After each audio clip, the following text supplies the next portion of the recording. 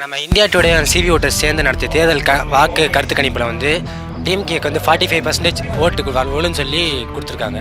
அதை பற்றி உங்களோட கருத்து என்ன?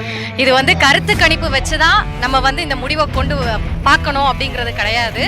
மக்களுடைய மனநிலை வந்து கடந்த 4 ஆண்டுகளாக எப்படி இருக்கு அப்படிங்கிறது நம்ம எல்லாருக்குமே தெரியும். அவ்வளவு சிறப்பான ஒரு ஆட்சியை இந்த திராவிட மாடல் அரசு வந்து தந்துட்டு இருக்குது. அதற்கு மக்களுடைய இந்த மகிழும் மனசே சாட்சி. என்ன அப்படின்னா வேற ஒன்றும் கிடையாது. குறிப்பாக பெண்கள் சந்தோஷமாக இருந்தா அந்த நாடு சந்தோஷமாக இருப்பதாக அர்த்தம். இன்னைக்கு இந்த திராவிட அரசு செய்கிற அத்தனை சாதனைகளும் இல்லைன்னா கொண்டு வரக்கூடிய அத்தனை திட்டங்களும் மகளிரை சார்ந்து அல்லனா மகளிரை சுற்றியே தான் இருக்கு. அது அழகா சொல்றாரு, மகளிருக்கான உரிமை அப்படின்ட்டு அவர் கொண்டு வர திட்டங்களை.